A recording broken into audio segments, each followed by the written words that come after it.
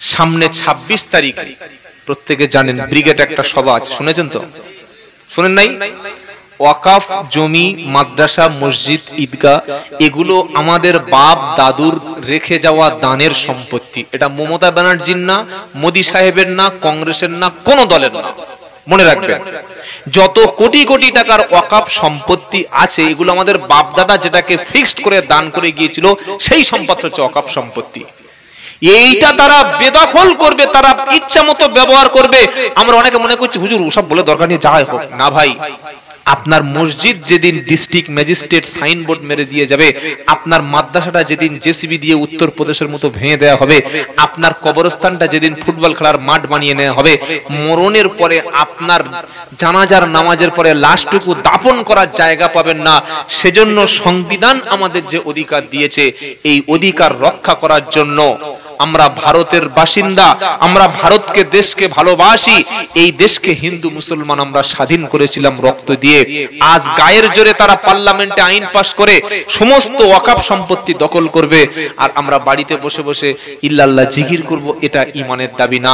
২৬শে এপ্রিল আগামী শনিবার ওয়াকাফ সম্পত্তির বেদখল হয়ে যাওয়ার হাত থেকে বাঁচানোর জন্য শান্তিপূর্ণভাবে প্রত্যেক বাড়ি থেকে একজন করে পুরুষ কলকাতায় আপনার ওই ব্রিগেডের ময়দানে যাবেন ইনশাআল্লাহ। বলেন, যদি একান্ত কাজ না থাকে, না গেলেই নয় সেই কাজে।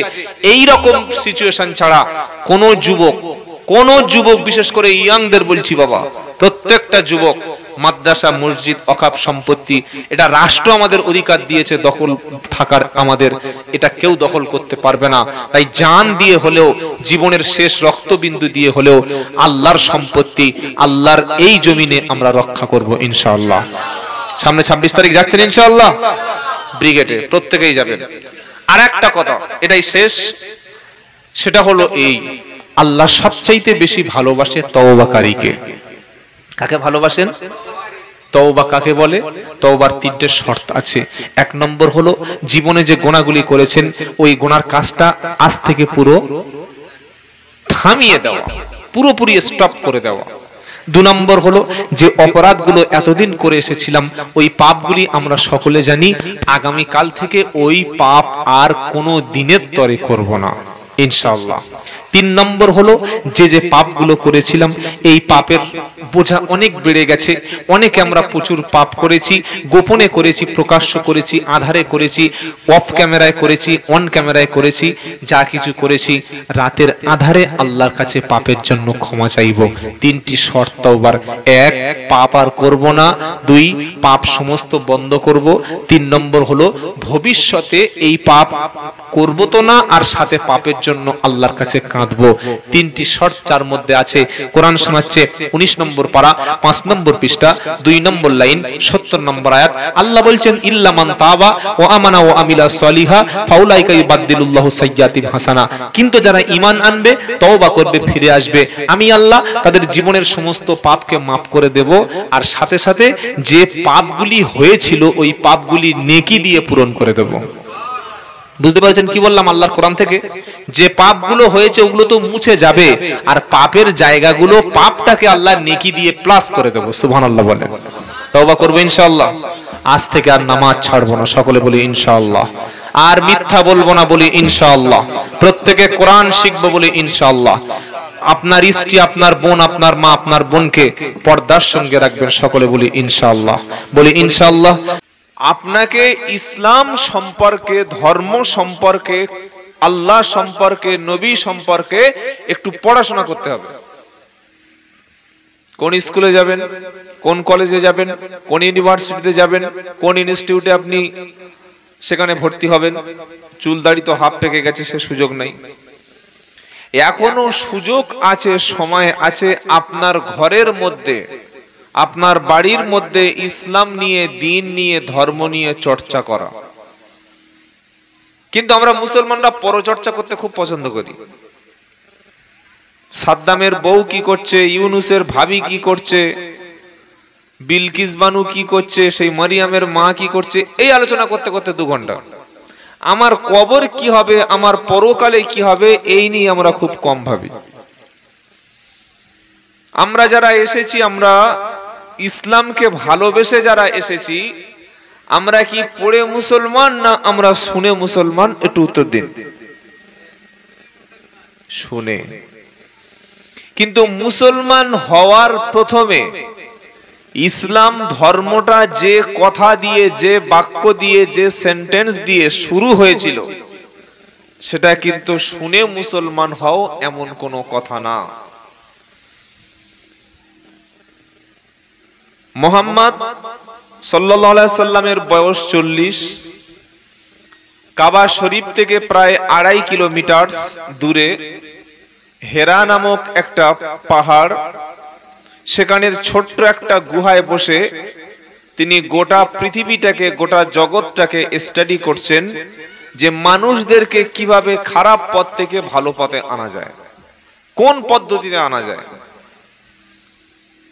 40 বছর 11 দিন বয়সে আল্লাহ তাআলা তার জিব্রাইলকে, আল্লাহর ফেরেশতাকে, আল্লাহর দূতকে তিনি মুহাম্মদ সাল্লাল্লাহু আলাইহি সাল্লামের কাছে পাঠিয়ে দিলেন। তো আমরা যদি একটা মানুষের সঙ্গে প্রথম দেখা হই, আমরা কি বলি? আসসালামু আলাইকুম। কি ভাই, এটা বলি কি বলি না? সবাই বলি না? আমরা কি বলি? ও ভাই ভালো আছো তো? ভালো আছো? তখন কি বলে? হ্যাঁ, কোন রকমে কেটে যাচ্ছে। কি রে বাবা, প্রথমে দেখা হওয়ার শুরুতে আসসালামু ক্বাবলাল, হুজুর ওটা আপনি বলুন, কালাম, কথার পূর্বে, কনভারসেশনের পূর্বে, কথোপকথনের পূর্বে একজন ইসলাম ধর্মের মানুষ তিনি প্রথমে তার ভাইকে, তার বোনকে, তার প্রতিবেশীকে অথবা কোনো আননোন পারসন, অপরিচিত ব্যক্তির সঙ্গে প্রথম ভিজিটে তিনি সালাম দেবেন। কি করবেন? কি বলবেন?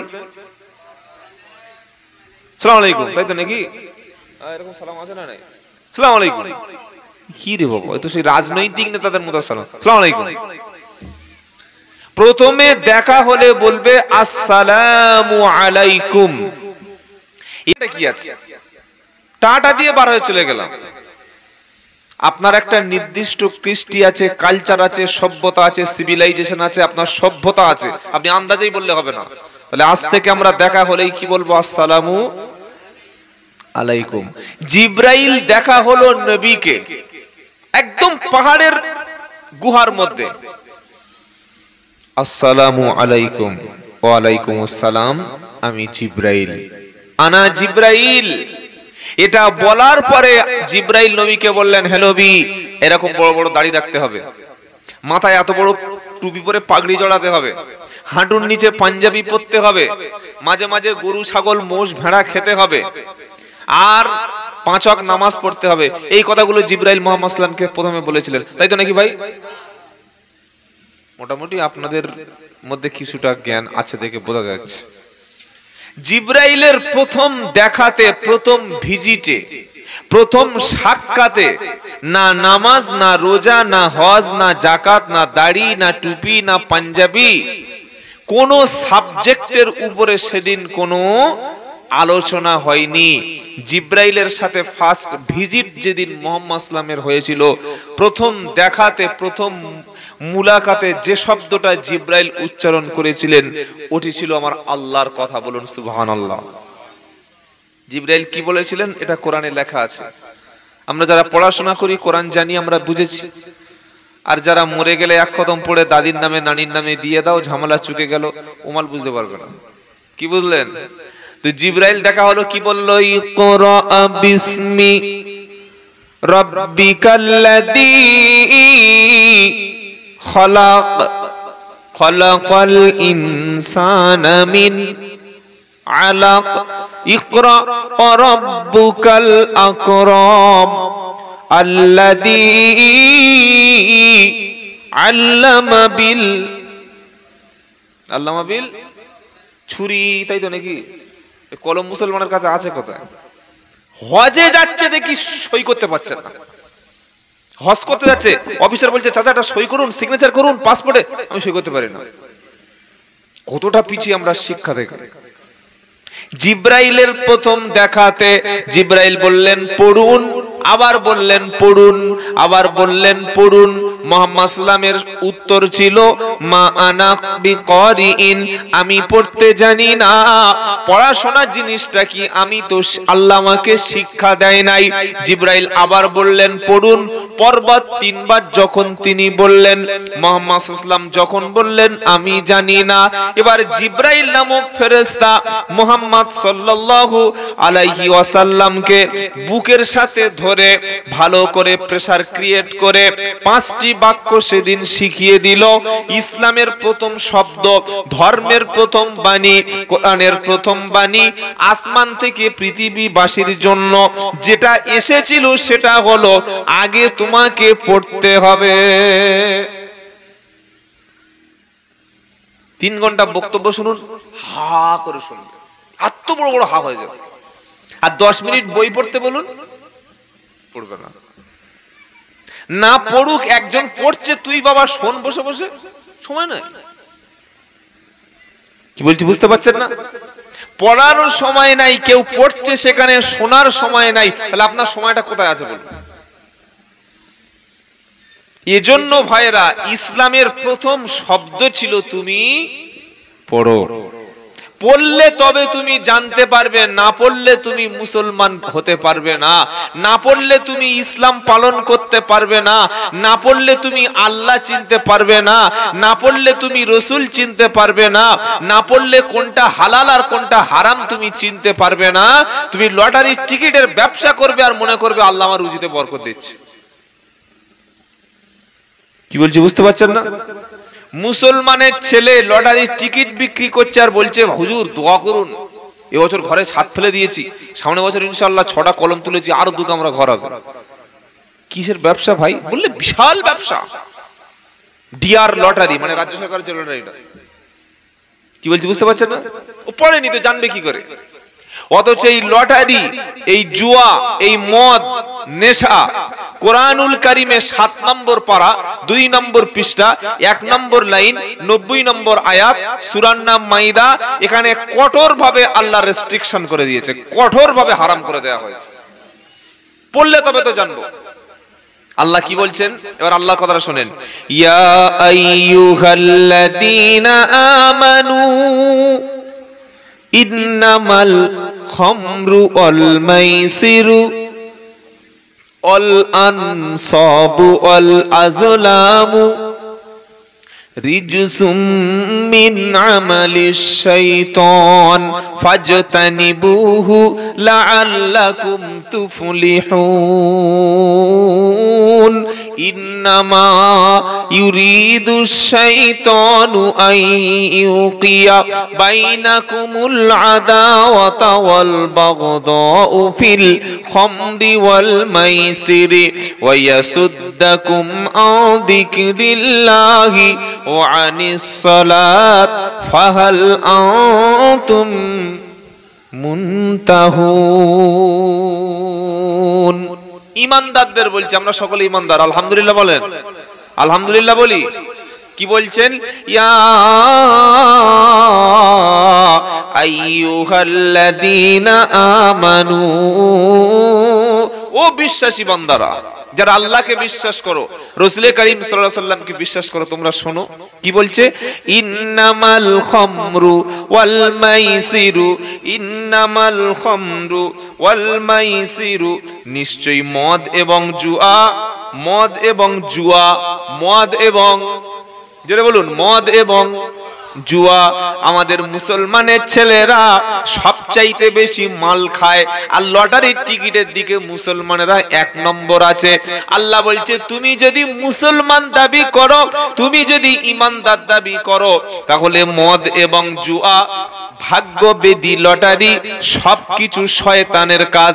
এই কাজ থেকে তুমি আগে নিজেকে দূরে সরিয়ে নাও যদি তোমার জীবনে তুমি সফলতা আনতে চাও। পয়লা বৈশাখের দিন মাল খাবে আর মুরগি খাবে। কি খাবে বলুন? মাল খাবে আর মাল খাবে আর মুরগি খাবে। মসজিদে ফজরের সময় গিয়ে বলছেন মাওলানা মুরগিটা জবাই করে দাও। বললে কেন? বললে ঝাটকা মাল আমরা খাই না, ওরা অন্য জাতের লোকেরা খায়। ইমাম সাহেব বলছে ঝাটকা মাল খেলে সমস্যা কি? বলছে ইমান থাকবে না, হারাম খাবো। আর একটু পরে মুরগি জবাই করে চাট বানিয়ে মাল দিয়ে খাচ্ছে, এটা ক নম্বর হারাম খোর বলুন? ক নম্বর মাল এটা? 1 নম্বর। আরো উপরে যদি থাকে সেই নম্বরের মাল। মুরগি ঝাটকা খাবে না, জবাই না করলে খাবে না। কেন? মরা মুরগি খাওয়া হারাম। আর বাংলা মালটা, বিলেতি মালটা রাম খাওয়া, তাহলে কি ভাই? হ্যাঁ, ওটা হারাম, এটা হারাম। তাহলে এই হারামটা হালাল করার জন্য জবাই করে নিলে, আর মদ দেখি বিসমিল্লাহ বলে খেলে হারাম হালাল হয়ে যাবে? ছি ছি ছি ছি ছি ছি, তওবা তওবা তওবা তওবা। জাতিকে সাবধান করার জন্য আল্লাহ 1400 বছর আগে বলে গেছে, হে আমার বান্দা, যদি জীবনে তুমি সফল হতে চাও, জীবনে যদি কল্যাণ অর্জন করতে চাও, মদ আর জুয়া থেকে বেঁচে থাকো। তবে আপনাদের এলাকায় মদ কেউ আছে নাকি? মাল ফাল খাওয়া লোক আছে নাকি? মাল খায় না, তবে গাঁজা খায়। কি বুঝলেন? আর এখন মেয়ের বাপের গাঁজাখোর জামাই পছন্দ, প্রচুর টাকা ইনকাম করে, গাঁজা খায়, খাক না, সব ঠিক আছে। কি বুঝলেন? কোরআন সব শোনাচ্ছে, ইন্নামাল খামরু ওয়াল মাইসিরু ওয়াল আনসাবু ওয়াল আজলামু রিজসুম মিন আমালিশ শাইতান। ও ঈমানদারেরা, মদ এবং জুয়া। এবার আপনারা প্রশ্ন করবেন, কেউ যদি মাল খায় আপনার সমস্যাটা কি? ইসলামের সমস্যাটা কি? ইসলাম কেন কারোর মদ খাওয়া সম্পর্কে মানা করবে? মানুষ মদ খেলে নিজে মরে না, পুরো পরিবারটাকে ধ্বংস করে। আচ্ছা, মদ খেলো, গাড়ি চালালে গাড়িটা কেমন চলবে? সোজা ঘাটাল নাকি সোজা পাতাল? বলো। রোড অ্যাক্সিডেন্ট যত হয় 100-র মধ্যে 99টা মালখোর। খবর নিয়ে দেখবেন, এটা সরকারি রিপোর্ট বলছি। মালকে ঘাড়াম করে মেরে দিল, সব কিছু চলে গেল। ধর্ষণ করার জন্য মানুষ, যত ধর্ষণের রিপোর্ট আসে 100-র মধ্যে 95% মাল খায়। মানুষ যখন মদ খায়, ব্রেনের মধ্যে একটা কোষ রয়েছে যার কাজ হচ্ছে মানুষের সেন্সটাকে সজাগ রাখা। আপনার পেশাব লেগেছে, টয়লেটে যাবেন না, রাস্তার উপরে লুঙ্গি খুলে করবেন কোথায়? আচ্ছা, এই যে টয়লেটে যাবেন, এটা আপনার বউ বলে দিয়েছে নাকি ইমাম সাহেব বলে দিয়েছে? ওটা বিবেক বলে দিচ্ছে। কে বলে দিচ্ছে? বিবেক বলছে টয়লেটে যা, বাথরুমে যা, খোলা জায়গায় পেশাব করবি না। খোলা জায়গায় পেশাব করে যারা, কুকুর আর ছাগল হলো তারা। মানুষ যখন মাল খায়, ব্রেনের ওই অংশটা তখন কমন সেন্স হারিয়ে যায়, সেন্সলেস হয়ে যায়। ও মনে করে এখানে পেশাব করছি মানে মাল ঠিক আছে। মদ খেলে সেন্স চলে যায়। মদ খেয়ে বাড়িতে এসে বিবিকে বলছে, মা চল আমি আর তুই দুজনে শ্বশুর বাড়ি যাই। মা, বউকে মা বললে কি হয় বলুন? বউকে মা বললে কি হয়? তালাক। ছি ছি ছি ছি ছি। মদ খেয়েছে, বউকে মা বলছে, চলো মা দুজনে শ্বশুর বাড়ি যাই। আস্তাগফিরুল্লাহিল আযীম, আস্তাগফিরুল্লাহিল আযীম। ইসলাম 1400 বছর হারাম করেছে এমনি এমনি না। মদ খেলে ব্রেনের ওই অংশটাই ঘুমিয়ে যায়। আরবে প্রচুর মাল করছিল, প্রায় মাল করছিল সব। মক্কায় কিন্তু মদের আয়াত নাজিল হয়নি। মক্কায় মদ নিষিদ্ধ বা হারাম বা রেস্ট্রিকশন ছিল না। মক্কা থেকে যখন নবীজি মদিনায় গেলেন, মুসলমানরা একদম পুরো ফুল দমে মাল খাচ্ছে। এটা আমি আপনাকে কোরআন হাদিস থেকে পড়াশোনা করে, গবেষণা করে, পড়াশোনা করে এসে তবে আপনাকে বলছি। শোনা কথা বা ভাবা কথা বলি না, গবেষণা করেই বলছি। তো আল্লাহর নবী সাল্লাল্লাহু আলাইহি সাল্লামের কাছে প্রশ্ন হলো। কি প্রশ্ন? ইয়াসআলুনাকা আনিল খামরি ওয়াল মাইসির কুল ফীহিমা ইসমুন কাবীর। দ্বিতীয় পারা 13 পৃষ্ঠা 12 নম্বর লাইনের 119 নম্বর আয়াত সূরার নাম বাকারা। আল্লাহ পাক নবীকে প্রশ্ন হলো, হে আমার প্রিয় নবী, আপনি বলুন মদ এবং জুয়া এই সম্পর্কে আপনার কাছে প্রশ্ন করা হয়, আপনি কি বলবেন বলুন।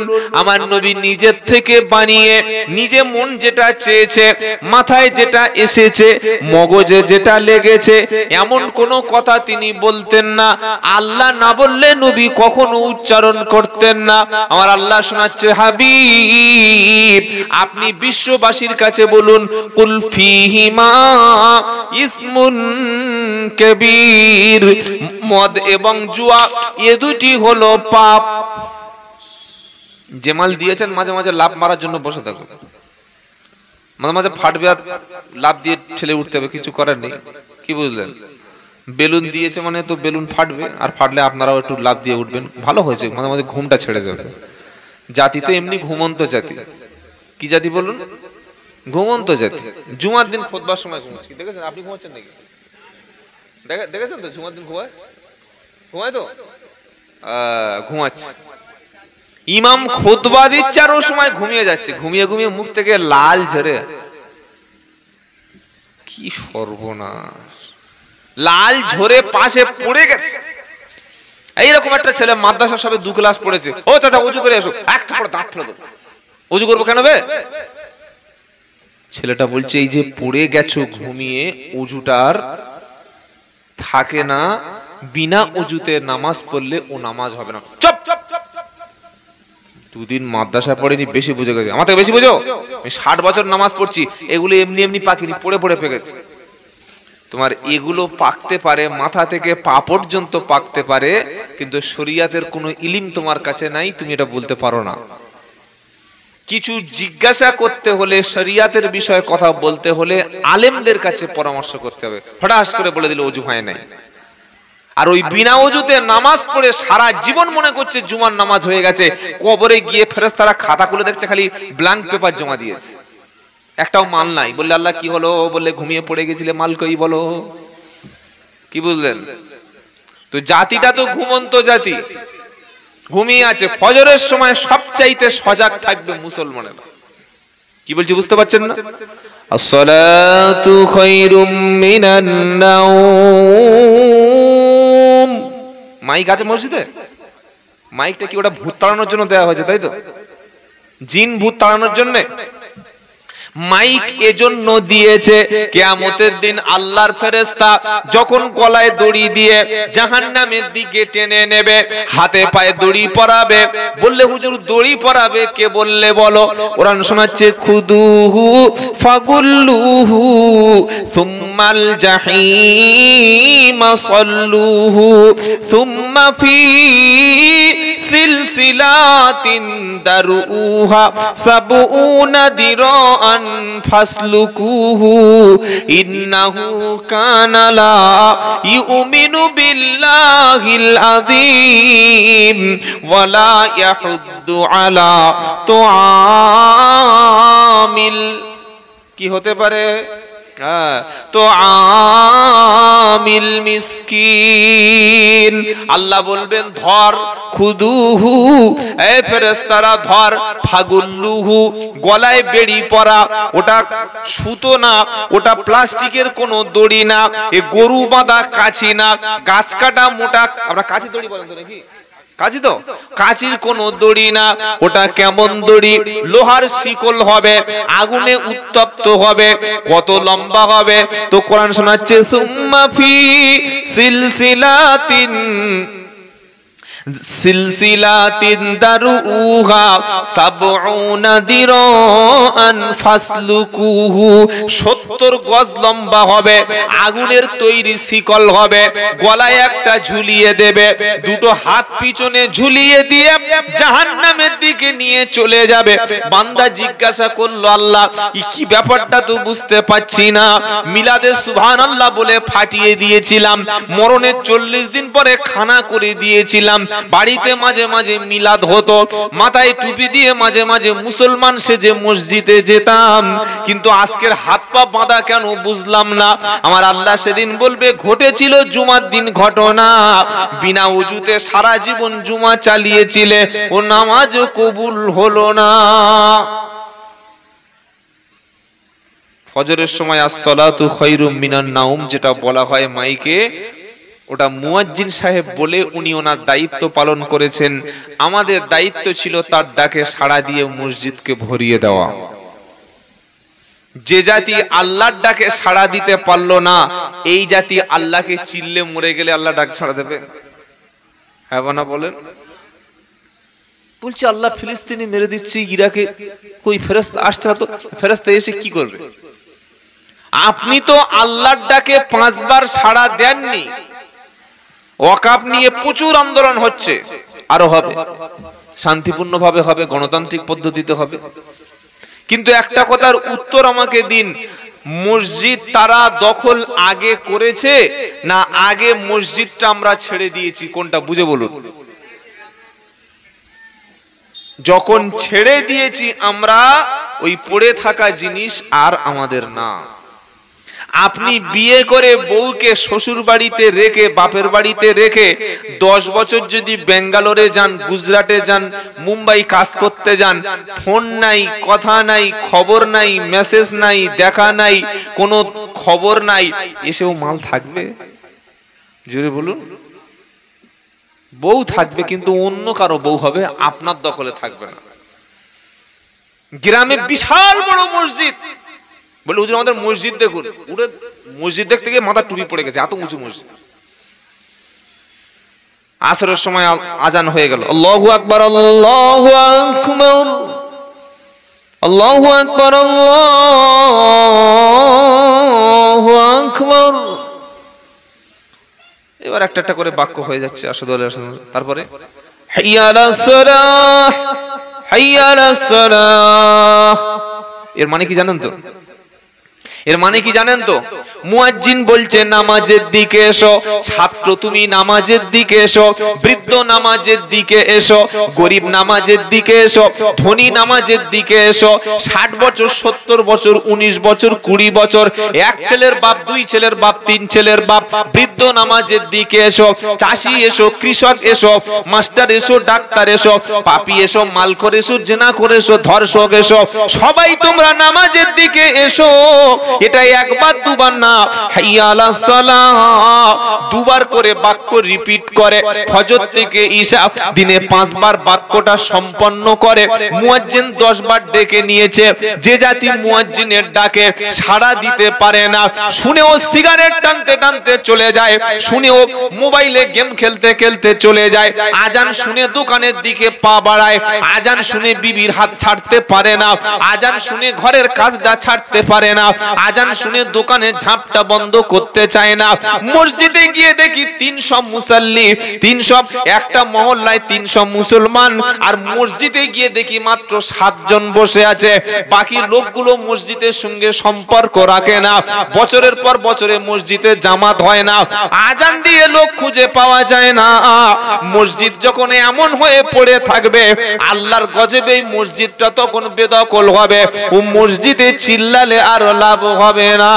এখনো সময় আছে, ফিরে আসুন, তওবা করে ওযু করে পোশাকটা পাল্টে নিয়ে, মনের নিয়াতটা পাল্টে নিয়ে, তওবা করে কলেমা পড়ে, সময় আছে কাল থেকে ফজর থেকে মসজিদে ঢুকে পড়ুন, কেঁদে বলুন রব্বানা আমরা মসজিদ ছেড়েছিলাম, তাই আপনি আমাদের মসজিদ ছাড়া করে দিচ্ছেন, আমরা আপনাকে ভুলে গিয়েছিলাম, তাই আপনি আমাদেরকে ভুলে যাচ্ছেন, আমরা আপনার ডাকে সাড়া দিইনি, তাই আমাদের দোয়া কবুল হয় না, জীবনের ভুলটা বুঝতে পেরেছি, এসেছি রব্বানা আমাদের ভুলগুলো ক্ষমা করে আমাদের নামটাকে আপনি মুসলমান হিসাবে লিখে নিন। ইনশাআল্লাহ বলি।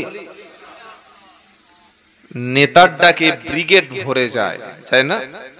ধর্মতলা ভরে যায়, মুয়াজ্জিনের ডাকে মসজিদ ভরে না। আর খালি বলছে হুজুর মসজিদ সব ভেঙে দিল, সব ভেঙে দিল। কালকের ওখানে ভাঙছে, আজকের এখানে, আগামীকাল আপনার ভাঙবে, এটা ভাঙা পড়বে, কি করবে? কিছু করতে পারবে না।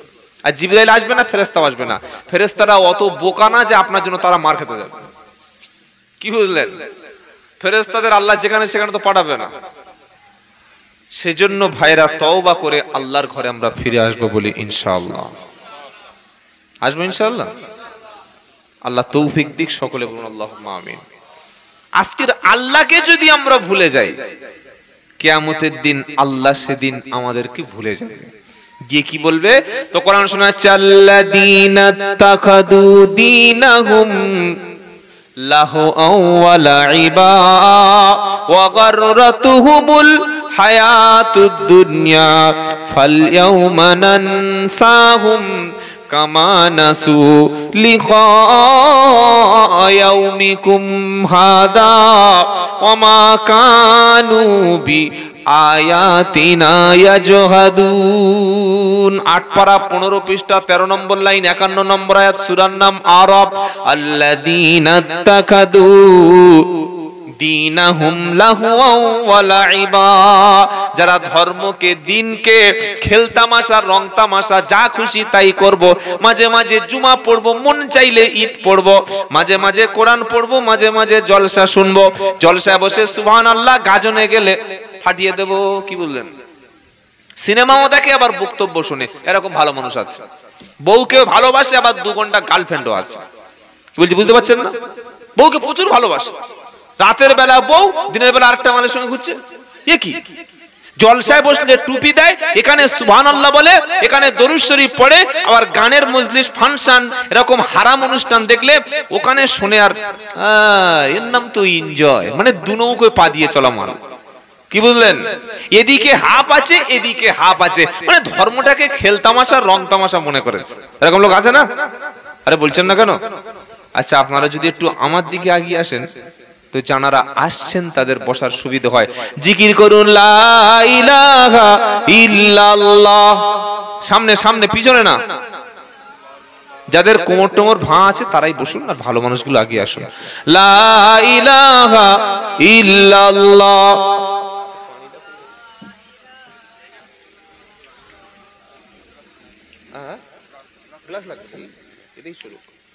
আচ্ছা, ওই যে জায়গাটা ফাঁকা, ওখানে কবর টবর দেওয়া আছে বাবা, তাহলে ওখানে বসছেন না কেন?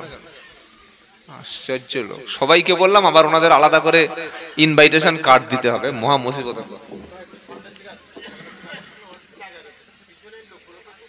আলহামদুলিল্লাহ, ঠিক আছে, আমার কাছে থাক, মাঝে মাঝে খেতে। এই তো কি সুন্দর হয়ে গেল। লা ইলাহা ইল্লাল্লাহু মুহাম্মাদুর রাসূলুল্লাহ সাল্লাল্লাহু আলাইহি ওয়াসাল্লাম।